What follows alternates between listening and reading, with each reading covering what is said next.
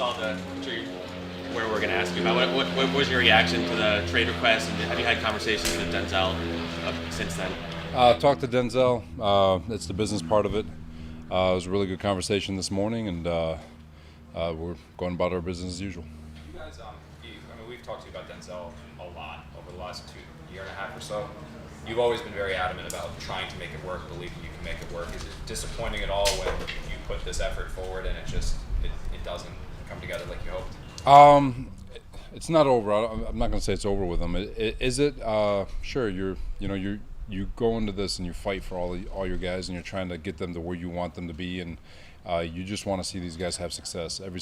All the individual players, you want them to have successful careers and achieve all their personal goals.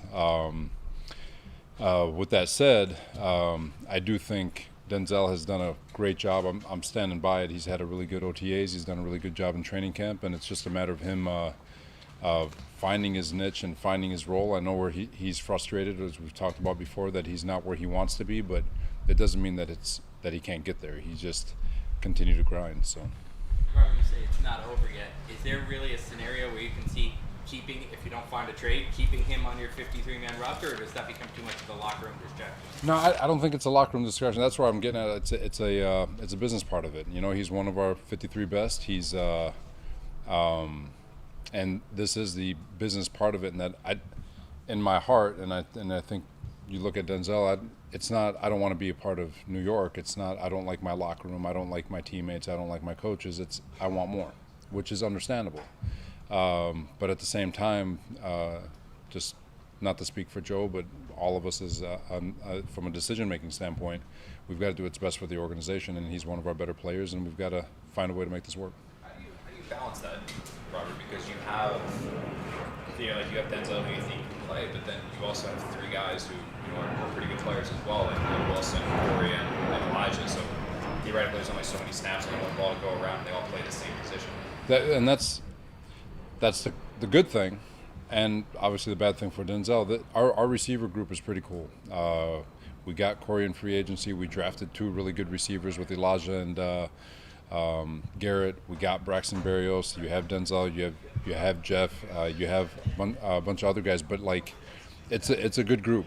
And when you look at Corey, Elijah, and Garrett, just for specifics, it is hard to break through to get in front of those guys to steal reps. And I get, you love his competitive nature, talking about Denzel, and the fact that he feels like he is one of those best three, and he should be on the field, and he wants those reps. And I respect the heck out of it, and I want him to keep fighting for that because you want that competition. But the balance is understanding where you are as a football team, making the decisions that are best for the football team in this organization, and own your role and dominate your role until those opportunities come up. Last year when he was inactive, we talked about it. You mentioned you got to do all three positions. If you're in his role, you have to play special teams. You're the fourth, fifth receiver. Yeah. How has he done in that regard? Rotates and training. He's been working at it. Is he where we want him to be from a special team standpoint right now? He's not. Has he gotten a lot better? Absolutely. As far as learning the three different parts of the three different positions, will he ever get to that? I think he can. Is he much further along than he was a year ago? Absolutely. He is so much further along this year than he was last year, and for all the reasons that we talked about with regards to his injuries and all that. But it's just when you have a guy like Corey and Elijah and you draft Garrett Wilson, those guys are just going to get first dibs. And it's not a knock on him. It's just he's part of a really good room.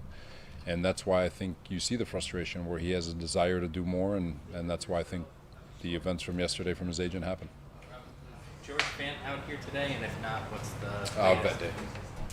Yep. What about DJ Reed? Any status on him? We're not concerned. Just a little bit of soreness in his knee, and he'll. But from my understanding, he just need to get off it for today, and I'm pretty sure he's gonna be fine. He won't play Sunday, I would imagine. That's still up in the air. What about Bryce? Bryce Hall? Yeah. He was dealing with a foot. It was a little sore this morning. It happened on the interception yesterday, but everything we gather, he's fine. If he's still here, obviously, you expect Mims to play on Sunday? Yeah, he was here, attended in meetings, did a really nice job in practice today. So he's approaching it like a professional, like he is. Did you hold your breath on that Corey play? Or like you came up a little shaken up like that? You can't be laying down for a scratch on your face.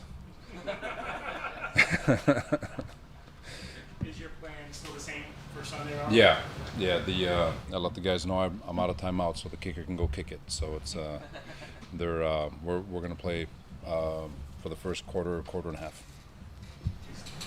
Training camp's officially over, right? Now, are you going into regular season mode next week? Yeah. So we got 3 practices. We're off on Monday. Cuts unfortunately happen Tuesday. That's the hardest day in sports, but we're going to practice that afternoon. And we're going to use that Tuesday, Wednesday, Thursday as just kind of a rough draft Baltimore week, just to get guys used to the schedule. And then you have the mandatory 3 days off for the NFLPA, and we're back at it. How do you feel about what you got out of training camp? Feel great. We've feel really good about our football team. Feel really good about the guys that we have. Felt like a lot of guys got a lot better this off season. I don't want to jinx it, so I'll knock. You guys feel free to knock too. We've been very healthy, with the exception of a couple things here and there, but really like what we've gotten out of it. Something in particular that you feel you accomplished, like something you really wanted to get done that you got done? Mainly, the way we practice, the efficiency, the communication, you could tell the language barrier was down, just in the way guys communicate, but I think our guys were a lot louder in practice. The ownership, the veteran ownership, leadership, you could feel that. So it's a lot of intangible things, and you kind of get a feel. Felt really good about the way we practiced with Atlanta and the Giants, and so feel good about it. But until we kick off in week 1, we won't know for sure. Robert, when it comes to the starters and how often you're going to play the starters, will you look at what the Giants are doing at all? No. I don't know if you can say, like, you play your starters and they got their second and third, they could look at Elijah or Corey and say, like, well, here's my chance to make a statement and pop on some people like with a big hit or something like that. Yeah, that part, I don't know if a kid's going to want to do that and blackball himself, but they might. It's going to be competitive. I kind of like that competitiveness where you get a chance to show up. But I think guys have a respect for one another's professional careers and making sure that they're not doing anything cheap and taking care of one another, especially this time of year. But I would expect if Elijah Moore is lined up and it's one of their backups, I do expect that young man to take advantage of that in terms of from a competitive standpoint. But I wouldn't expect anything cheap. In regards to LaMarcus Joyner, obviously he only pitched 1 game last year, but you guys brought him back. And with so many young guys in the second game, what did you see from Joyner that short time that you said he's the guy you wanted back? He's got a wealth of experience. He's got a calming force back there, kind of like the same thing we talk about with Joe Flacco, just being kind of a calming force for the offense. He's a calming force in the back end, does a great job communicating. Him and Jordan make a really cool team, and you could tell he's got some fresh legs. He was flying around yesterday. And excited to see him in game action on Sunday, and really happy that he's back. Where's Corey Davis capable of over a 17-game series? We saw him, it's a 17-game season. Obviously, he was hot to start the year last year and battled through some injuries before being placed on injury reserve. It's going to be the same thing with, if he's available, he's a problem. And not that he's been injury prone in his career or anything like that, but when Corey steps on the field, every time he takes the field, he is a problem. And so expectations are, I think, what he brings every single day. He brings our style of play with the effort, the technique, the violence at which he plays. He's internally motivated to be his best every single time he steps out in the field. And I think when you are that type of person, you trust that results will be good. And with him, they traditionally are. Yeah, he's a little bit lighter. He's in such a great headspace, and from a physicality standpoint, there isn't a technique or a play or a job that he's asked to do that he feels like he's too big for, so you can't speak enough about his professionalism. He could be one of those divas that just says, yeah, I'm too good for that. I'm too good to take a special teams rep. I'm too good to do some of the grimy stuff, but he does it all, and Now, are we going to use him on some of that stuff? Probably not, but he's willing to do it all, and that's why guys like him are so cool to have on your roster. Do you think he's mentoring? Oh, sorry. Go ahead. Do you think he's mentoring like Garrett Wilson and say the younger guys that are coming in? Yeah, all he has to do is show up, and he doesn't have to say a word. And if you're a young guy looking for the right way to do it, you look at Corey. But at the same time, he is vocal. He does have a voice, and he will use it. I know it takes time, Robert, for the identity of the team to reveal itself. What do you hope the identity of this team is? We talk about our style of play and representing it every single day. So you look at offense, defense, special teams, and what's our style. We talk about playing with effort. We talk about being great technicians, so we're being very efficient in what we do, but also playing with violence. And it's not just necessarily violence at the point of contact, but it's violence in your movements and violence in how you play. And those three aspects are things that you've got full control over. You can talk schematically and whether or not you want to be a run team, all that stuff, but there's still a style of play that pops off the tape that you just want to see, and it's something that we all got control over, and it goes back to the effort and technique and the violence at which we play, and so you just want to see that show up for 4 quarters for 17 weeks. Thanks, everyone. All right, thanks, guys. How do you guys come up with who asks the first question?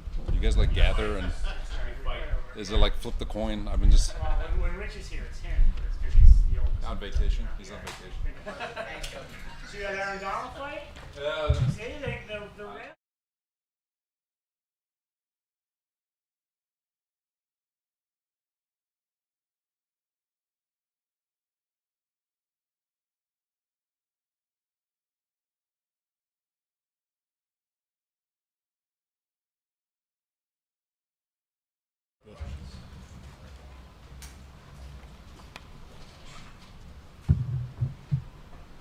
What has the last year been like